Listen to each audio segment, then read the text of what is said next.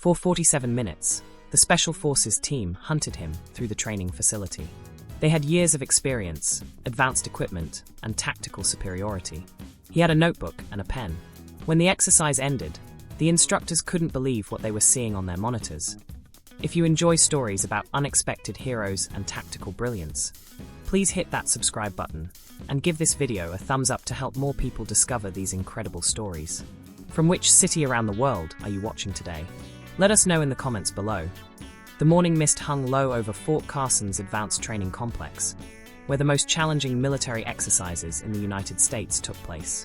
At 0600 hours, the facility buzzed with activity as personnel prepared for what would become one of the most talked-about training scenarios in the base's history. Marcus Chun adjusted his worn backpack straps and checked his watch for the third time in 5 minutes. At 19, he stood out among the assembled group not just for his age, but for his complete lack of military bearing. While seasoned Special Forces operators checked their gear with practiced efficiency, Marcus clutched a composition notebook and a mechanical pencil. His presence at this elite training exercise was the result of an unusual academic program. Colorado State University's Military Science Department had arranged for their top strategic studies student to observe real-world tactical operations. What nobody expected was that observation would turn into participation. "All right, listen up," barked Master Sergeant Rodriguez, a compact man whose voice could cut through steel. "Today's exercise is urban warfare simulation. Blue team consists of our visiting Special Forces unit from Fort Bragg. Red team," he paused, looking directly at Marcus, "will be our college observer."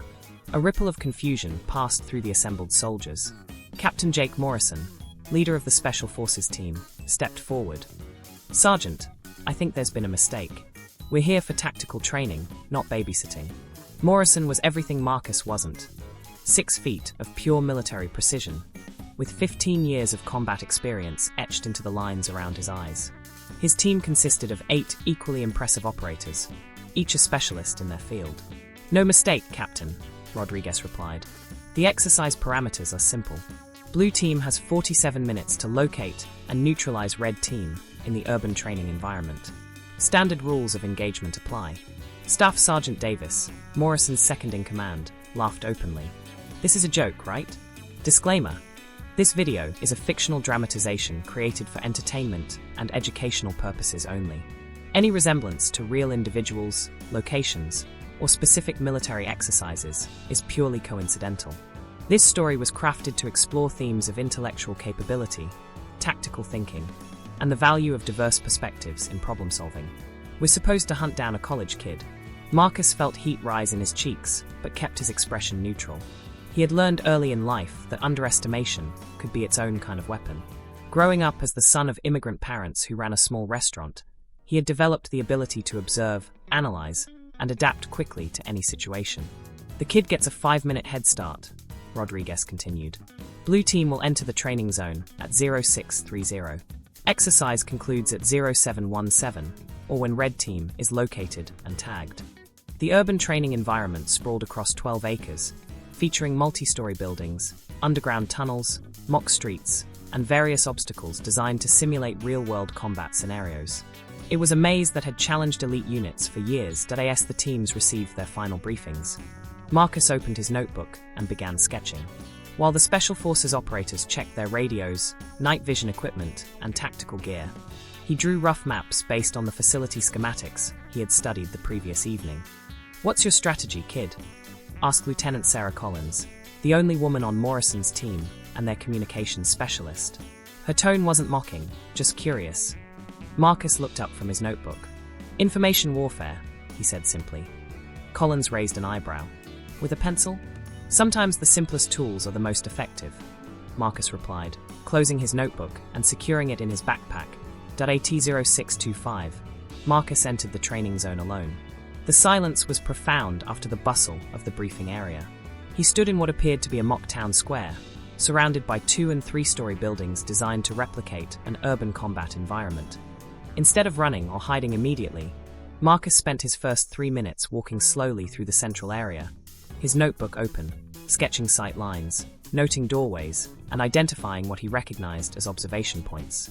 His movements were deliberate, almost meditative. At 0630 sharp, Captain Morrison's voice crackled over the radio system. Blue team, this is Morrison. We are Oscar Mike. Remember, this should be quick and clean. Watch your sectors and communicate.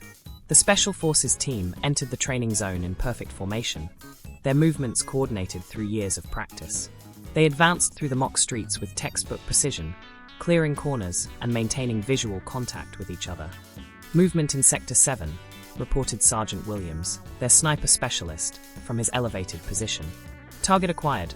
Weight negative. False alarm. Marcus had already moved from his initial position, but not in the way anyone expected. Instead of seeking the highest ground or the most defensible position, he had descended into the tunnel system beneath the training facility. The underground passages were less familiar to most teams, designed primarily for utility access rather than tactical movement. Marcus had spent considerable time studying the facility's blueprints, noting that the tunnel system connected to most of the surface buildings. No visual contact, Morrison reported after 10 minutes. Kids either very good at hiding or very good at moving. What they didn't know was that Marcus wasn't hiding at all. He was hunting them. Using the tunnel system, he had positioned himself beneath Building 3, where the natural acoustics allowed him to hear the Special Forces team's movements above. His notebook filled with observations, timing of their communications, patterns in their search methodology, and most importantly, their assumptions about where he would go. After 20 minutes, Marcus made his first move.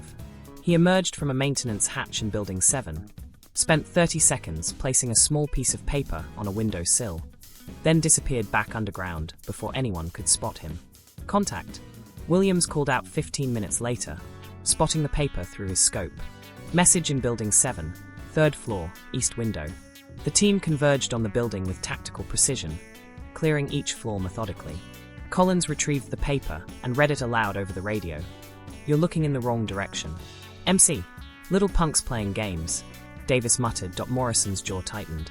Stay focused. He's still just one person with nowhere to go. But Marcus was already implementing the next phase of his strategy. He had spent the first half of the exercise learning their patterns. Now he would use that information against them. From his position in the tunnel system, he began creating false signatures. A door left slightly ajar here, a disturbed pile of debris there. Each clue designed to pull the team in different directions. Possible movement in Building 2, reported Specialist Thompson, their explosives expert. Check it out, Morrison ordered. Collins, Williams, maintain overwatch. As half the team moved to investigate Building 2, Marcus emerged from Building 5, directly behind their original position. He spent 45 seconds in their former command post, then vanished again. When the team regrouped, they found another note. You left your 6 uncovered. In real combat, you'd be dead. MC. The implications hit them immediately. While they were chasing shadows, Marcus had positioned himself behind their lines and could have taken them out if this had been a real engagement. How is he moving so fast? Davis asked, frustration evident in his voice. Collins studied the facility layout on her tablet. He's not moving fast. He's moving smart. Look at where these contacts occurred. She traced a pattern on the screen. He's using the underground access points. Morrison nodded grimly. Regroup. We're changing tactics. With 15 minutes remaining, the Special Forces team shifted their strategy. Instead of hunting Marcus directly, they began controlling the exit points from the tunnel system, forcing him to surface. Marcus, observing their new positions from below, recognized the tactical shift immediately. His notebook filled with new observations as he adjusted his own strategy. The hunters had become more dangerous, but they had also become more predictable. AT-0710. With 7 minutes remaining, Marcus made his final move. He emerged from a tunnel entrance directly in the center of the training zone, the same town square where he had started. But instead of running or hiding, he simply stood there, hands visible, notebook closed. Target acquired, Williams reported. He's in the open, center of the zone. Morrison's team converged from all directions, their movements swift and coordinated. Within 90 seconds, they had Marcus surrounded, weapons trained on his position. Exercise concluded, Morrison announced, breathing heavily. Target neutralized. Master Sergeant Rodriguez's voice crackled over the facility-wide intercom. All personnel, returned to the briefing room for debrief. As the Special Forces team secured their equipment, Davis shook his head. Kid put up a good chase, but training and experience always win in the end. Marcus said nothing, simply shouldering his backpack and following the group back to the briefing room. His expression remained neutral, but there was something in his eyes that suggested the story wasn't over. The briefing room filled quickly.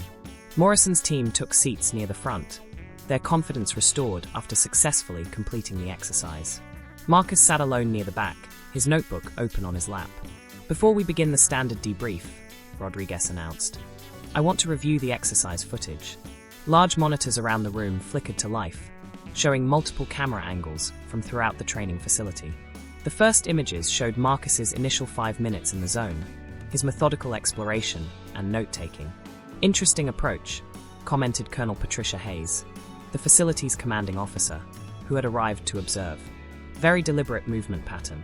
The footage continued, showing the Special Forces team's entry and their systematic search procedures. Their movements were textbook perfect, demonstrating years of training and real-world experience. "Now this is where it gets interesting," Rodriguez said, advancing the timeline to the 20-minute mark. The monitors showed Marcus emerging from the tunnel system, placing his first message, and disappearing again. But additional camera angles revealed something the Special Forces team hadn't seen during the exercise. "Is that?"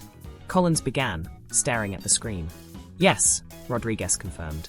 "While you were responding to his first contact, he was already positioning himself behind your original location." The room fell silent as they watched Marcus move through the facility with an understanding of their tactics that seemed impossible for someone with no military training. "How did he know our response patterns?" Morrison asked, his professional pride stinging. Marcus spoke for the first time since the exercise ended. "You trained me," he said quietly. All eyes turned to him. "What do you mean?" Colonel Hayes asked. Marcus opened his notebook and stood. "Every military tactics manual, every case study, every after-action report I've studied for the past 2 years described exactly how elite units respond to specific scenarios." He flipped through pages of notes. "Your movements weren't random. They were textbook." He approached the front of the room, his earlier nervousness replaced by quiet confidence. At 0632, when Sergeant Williams reported possible movement, Captain Morrison deployed a standard L-shaped search pattern. At 0645, when you found the first note, you followed protocol by maintaining overwatch while investigating. Marcus turned to face Morrison directly. "Your team is exceptional at executing established tactics, but you never considered that your opponent might have studied those same tactics." Davis leaned forward. "So you're saying you read about our procedures and used them against us?" "Not exactly," Marcus replied. "I studied your procedures and anticipated them." "There's a difference." Colonel Hayes studied Marcus with new interest. "Continue." Marcus returned to his notebook. "Military doctrine emphasizes speed, efficiency, and overwhelming force. But it also creates predictable patterns. When I left that first message, I knew you would respond with maximum caution, which would take approximately 8 to 10 minutes. That gave me time to reposition. But you were never really hiding," Collins realized. "You were orchestrating." Marcus nodded. "Every contact I made was designed to gather information about your response times, communication patterns, and decision-making processes. By the 30-minute mark, I could predict your movements with about 80% accuracy." The room was completely silent now, the implications of his words sinking in. "The final positioning," Morrison said slowly, "when you stood in the center of the zone, I calculated that you would converge from 4 directions based on your earlier patterns," Marcus confirmed. The exercise wasn't about evading capture. It was about demonstrating that traditional tactical thinking could be countered by adaptive strategy. Rodriguez stepped forward. "Son, what exactly is your major at Colorado State?" "Applied mathematics with a focus on game theory," Marcus replied. "My thesis is on asymmetric conflict resolution using probabilistic modeling." Colonel Hayes exchanged glances with Rodriguez. "And you applied game theory to a military exercise?" "Every tactical scenario is essentially a game with defined rules, limited resources, and competing objectives," Marcus explained. "The difference is that most people play the game reactively. I tried to play it predictively." Captain Morrison stood slowly. "You mean you weren't just running around hoping to avoid us? You were running an experiment?" Marcus met his gaze directly. "Yes, sir. And the hypothesis was proven correct." The silence that followed was heavy with implications. This college sophomore had just demonstrated that raw intellectual capability could, under the right circumstances, neutralize years of military training and experience. What would have happened? Colonel Hayes asked carefully. If this had been a real combat scenario, Marcus considered the question seriously. In real combat, I would have been dead within the first 10 minutes, he admitted. This exercise had artificial constraints that don't exist in actual warfare. No live ammunition, no real consequences for mistakes, and a controlled environment. His honesty surprised several people in the room. But, he continued, the same analytical principles could be applied to intelligence gathering, strategic planning, or any scenario where understanding your opponent's decision-making process provides an advantage. Morrison looked at his team, then back at Marcus. You studied us like we were a problem to be solved. That's exactly what I did, Marcus confirmed. And in tomorrow's exercise, those same tactics wouldn't work because you'd adapt. But there would be other patterns to analyze, other predictions to make. Rodriguez pulled Colonel Hayes aside for a brief, whispered conversation. When they returned, Hayes addressed Marcus directly. Mr. Chun, has anyone ever discussed military service with you? Marcus shook his head. My parents expect me to finish college and join their restaurant business. What do you want to do? Morrison asked, his earlier irritation replaced by genuine curiosity. Marcus was quiet for a long moment. I want to solve problems that matter, he said finally. Problems where the solution can save lives or prevent conflicts. Collins looked at her teammates.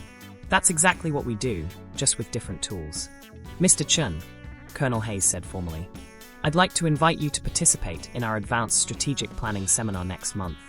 It's usually reserved for officers with significant field experience. Marcus's eyes widened slightly. I'm just a college student, ma'am. Today you proved that perspective and training are not the same thing, Hayes replied. Sometimes fresh eyes see solutions that experience overlooks. As the debriefing concluded, Morrison approached Marcus privately. That was impressive work today, he said, extending his hand. But I have one question. Marcus shook his hand. Yes, sir? When you were standing in that town square at the end, were you really surrendering, or was that part of the plan too? Marcus smiled for the first time that day. The exercise parameters stated that it ended when I was located and tagged, not when I was captured. Morrison's eyebrows rose. Meaning, I calculated the exact time you would need to surround me and position myself accordingly. The exercise ended with me exactly where I wanted to be, having demonstrated everything I intended to prove. Morrison stared at him for a moment, then began to laugh. You orchestrated your own capture? I orchestrated a controlled conclusion to the experiment, Marcus corrected. There's a difference. As the groups dispersed, Sergeant Williams approached Rodriguez. Think we'll see him again?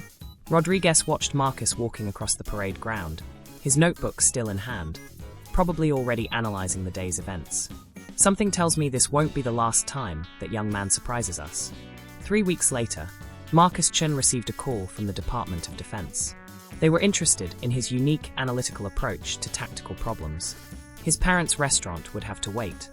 The college kid who had outsmarted special forces was about to discover that his real education was just beginning.